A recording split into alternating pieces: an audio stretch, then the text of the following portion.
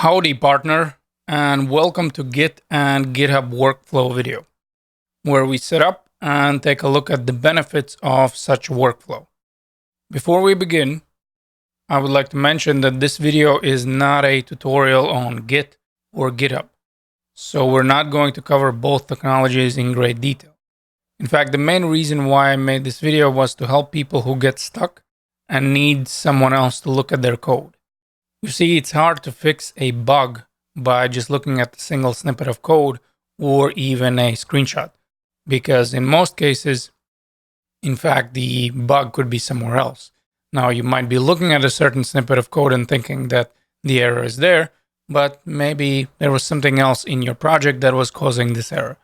Now, in most cases, in order to help you, me or someone else needs to see your whole project.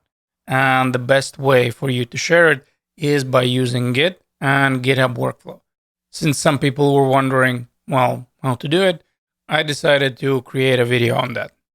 In order to follow along with a video, the first thing you're going to need is some kind of example project, which in my case is the most basic HTML and CSS project, where if we check the index HTML, I just have a blue background with some kind of heading one.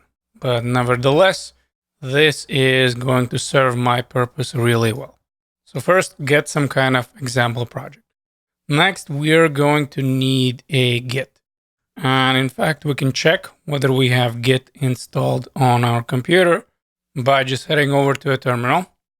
So I opened up the terminal, and right now I just zoomed in so you can see a little bit better. And we can type Git, then space, then dash, and version. Now, if you have Git installed, you're going to have some kind of version number, like so. If you don't, then most likely it's going to say command not found or something like that. Now, if that's the case, if you don't have Git installed on your computer, what you need to do is head over to your good old friend Google. Now, let me open this up.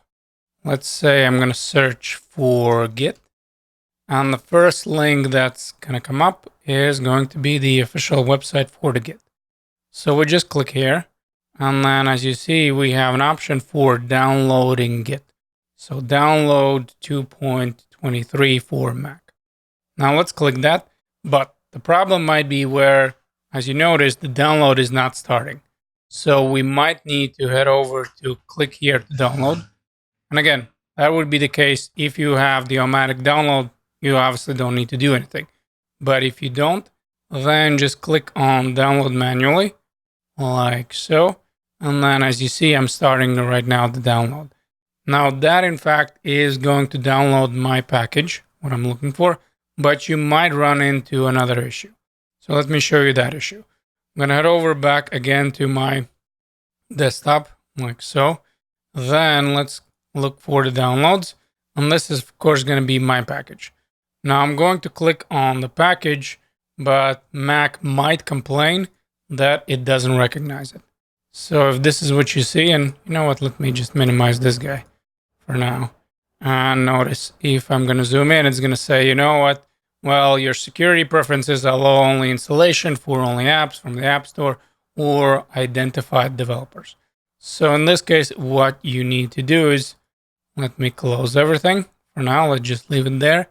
Then let's head over to our system preferences. Then we look for security and privacy, like so. Then let's open this up. And then in this case, what I would like to say is I would like to open this anyway. Okay.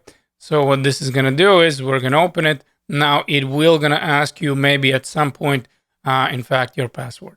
So in this case, let's just follow along with the prompts.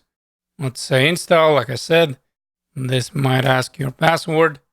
So just click software. And in fact, this is going to set up everything as far as Git is concerned.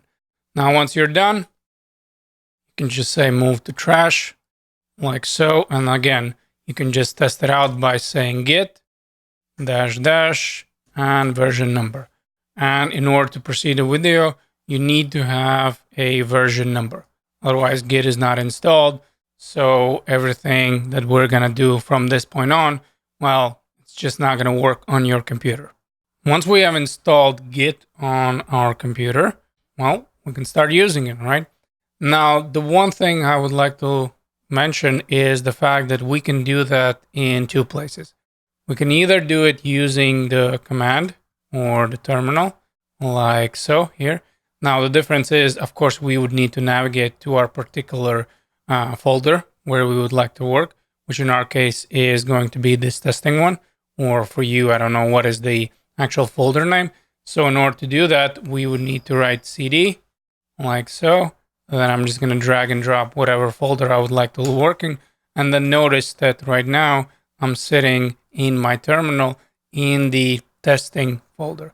So we can either run our commands in the terminal, or we can use Visual Studio Code integrated terminal. So if your text editor is Visual Studio Code, you have the integrated terminal. Now, the way integrated terminal works is if I open up the Visual Studio Code and just drag and drop my folder where we're going to be working. And if we click Control and tilde, which is left key from the one key, notice like so, I'm opening up the terminal. And this is something called integrated terminal, where we right away are navigating, or we are in fact sitting within our project. Again, we can run the commands in both places. We can run it using the terminal, or we can use the integrated terminal. Now, in my case, I'm going to use the integrated terminal. Just please understand that if you're using, let's say, a different text editor, first of all, you probably have the option for the integrated terminal. You just need to look for it. And second, if you just want to run it in a terminal, you can always do that. Okay. With that being said, I'm going to close right now my terminal. I don't need it anymore. And then we have three commands that we're interested. Now, of course, there's more commands to Git, but these are the basic commands that we're interested in the beginning. So we have git init, which is going to initialize a project as the GitHub repo, or I'm sorry, I don't know why I'm writing GitHub repo as a Git repo. So that is going to initialize as a Git repo.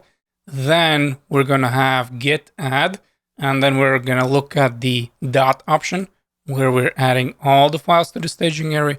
And lastly, we're going to commit our files. So in fact, we're going to create a snapshot of our directory. So essentially, what is the state of the project currently? Okay. Now, like I said, let's head over to our integrated terminal. So we are sitting within our project like so. And first, like I said, we're going to run git init, which is going to initialize our project as a Git repository. That would be step number one. That is always something that you need to do first. Now, in order to see what we're doing, I'm going to clear out my integrated terminal. So if you just type clear, notice this is going to clear out my terminal. And then next, like I said, we would need to add the files to a staging area. And in our case, we have two files. So technically, we could either do it manually. I could say git add and then say index.html, or like I previously mentioned, if we just say git add and dot, this is going to add all the files to the staging area. So let's click. And now we successfully have added files to the staging area. And lastly, I would like to do a commit. So I would like to commit the snapshot of the current state of my directory or project. So I can just say git commit. Then I have a dash and then m, and this is going to be my message. Now for the first message, I'm just going to say initial commit like so. And then once we press, notice that our commit was successful. Now, once we are done with doing our first commit, then next we're going to set up our GitHub account. So in fact, we can push our project to a GitHub. Once we successfully completed our first commit, and as a side note, if we type git log, we can see all our commits, which in this case should be just one. So once we do that, then we can push this up to the GitHub. Now, before we do that, we would need to set up, in fact, GitHub account if you don't have one. So in order to go to GitHub, we just need to go to our good old friend Google, type GitHub, then there's going to be first link, being GitHub. Now, if you don't have the account, then again, just please sign up. It's for free. If you do, then you just need to sign in, which is going to be my case. So I can just go for sign in link. Then once I sign in, I'm going to sign on with a different account. And there you go. Now I'm signed in into the GitHub. Now, in your case, probably you're not going to have any projects if that is your first time signing into a GitHub. So there's a couple ways how we can create a repository in GitHub. We have right here this new icon, or we can navigate by going to this little avatar, then pressing here on repositories. And I'm going to zoom in just so you can see a little bit better. So let's click on repositories. Once we do that, again, we have an option of creating a new one. So we just bravely click here on a new repository, and then we just need to come up with a name. So in my case, I'm going to go with testing Git, something like that.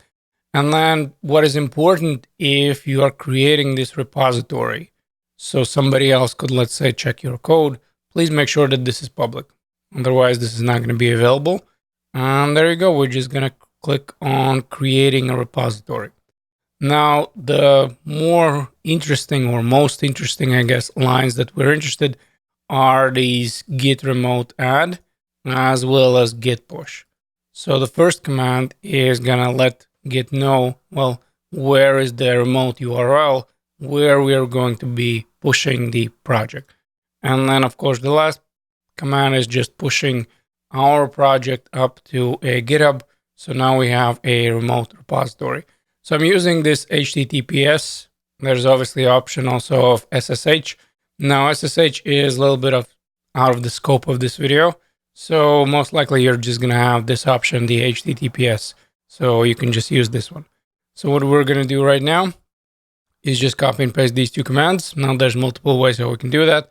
The fastest way is this one. We can just copy to a clipboard. Then let's return to our project. Again, I'm going to clear it. So I'm going to clear right now my integrated terminal, copy and paste these both commands, and just run them. And within seconds, we have our repository sitting in GitHub. Now, in order to check it, we're going to return back to GitHub. Then we refresh. And there you go. We have right now our index.html as well as main CSS. And it is sitting within the GitHub as a repository, so anybody can check our code. Awesome. Our Git and GitHub workflow is set up, but you're probably wondering, well, what are the benefits of all this? Why I just spent 10 minutes on a setup if there was nothing wrong with my local setup? Well, without getting into advanced topics like using Git and GitHub when working with a team of developers, let's just look at the very basic benefits of this particular workflow. And the very basic benefits would be we always are going to have a backup. Then we also have an option for the version control. So we can go to a older version of our application or the project. And thirdly, we have a public access. So if there's some kind of error that we would want someone else to look at it and probably fix it, well, they have access to our whole project. So let's go one by one. First of all, we have the backup. So let's imagine a simple scenario where by mistake, again, I just delete this project, or God forbid something happens to your computer. And let's say this project is technically lost now. I don't have access to it. Now, it's sitting currently in my trash, but hopefully you get an idea. So what we can always do is, well, we can just go back to our GitHub, right? So I'm just going to show you that I wouldn't be in a project, but I'm going to go back to my GitHub, and then I'm just going to look. I want to find my testing Git, and there it is. That is my repository. And from here, I have a few options. We can either clone the repository, and I'm going to show you the difference in a second, or we can just simply download. So I can just say download zip. Then let's head over to our downloads like so. Then there's going to be two of them. So what I'm going to do is I'm going to go with the latest, I guess. And there is my repository. And just to double check, I'm going to open right now my text editor, not of course with the previous project, but with this project. So let's open this up.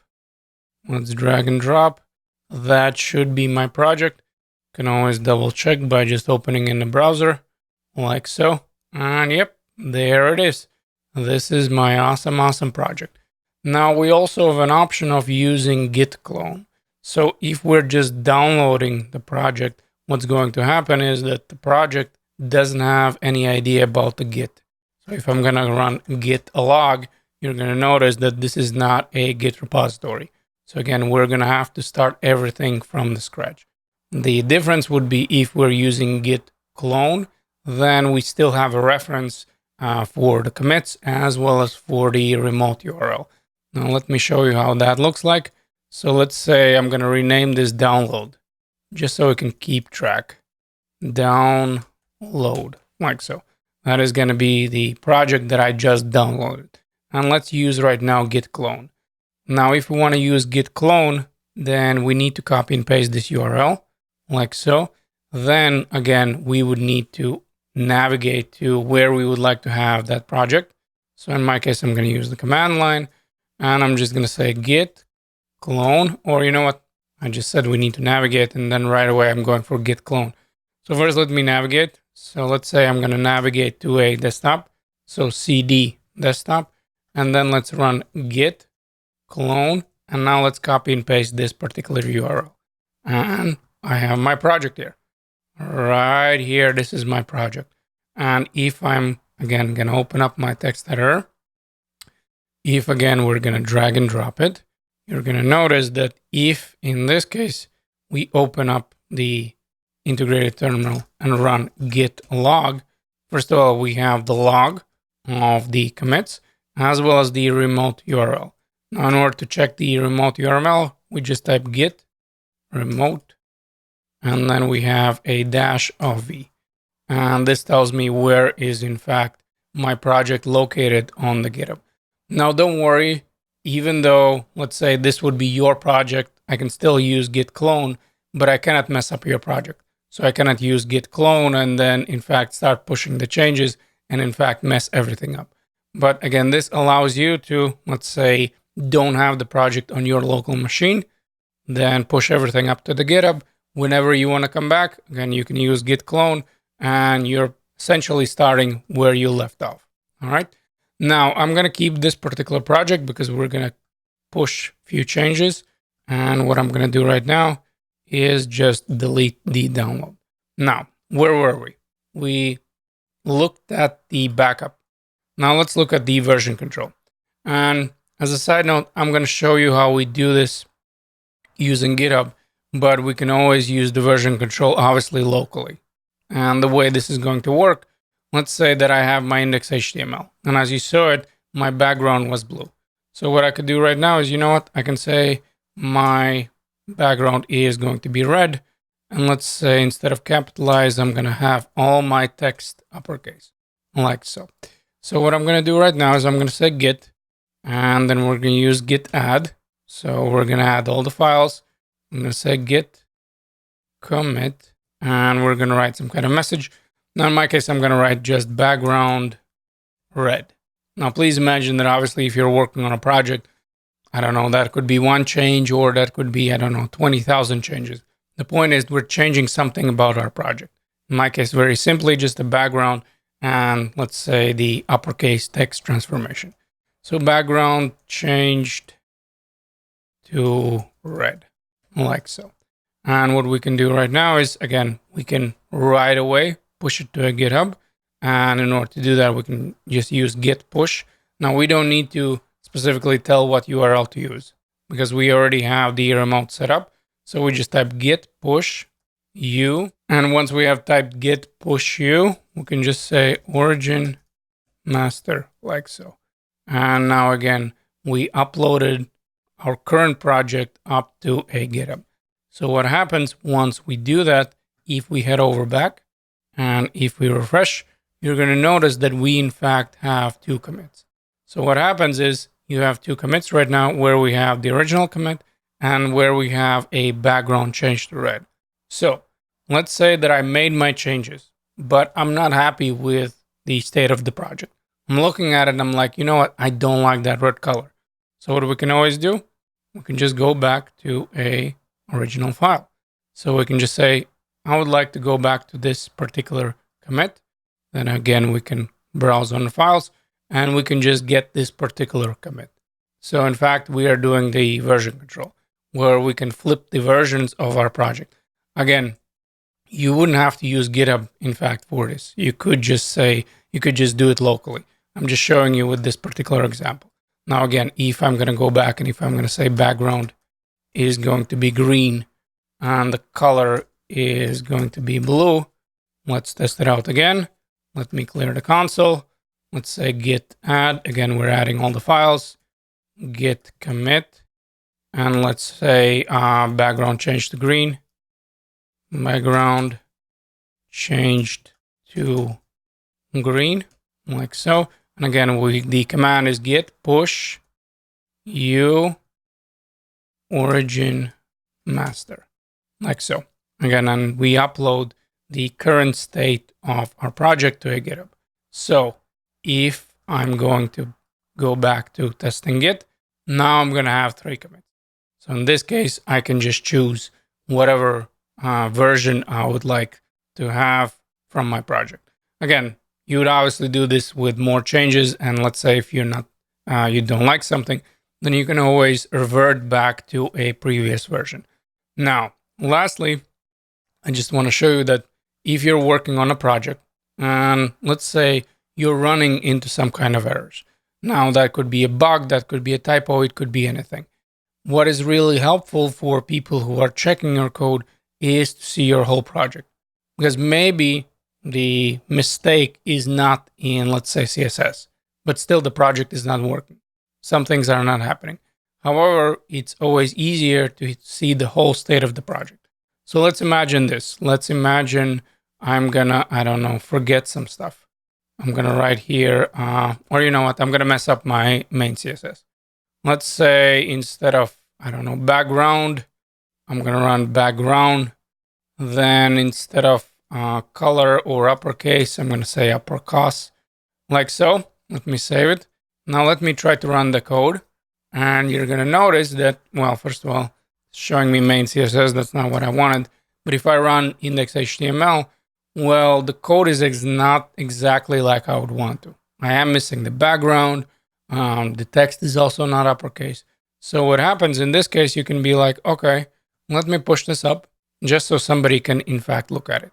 So what we can do again in this case, I can say git add everything, git commit. And the point of this is if you're running into some kind of error, you can just push this up to a GitHub. So me or somebody else can look at it. I'm just going to say errors in my project. Now, you don't really need to write a novel here.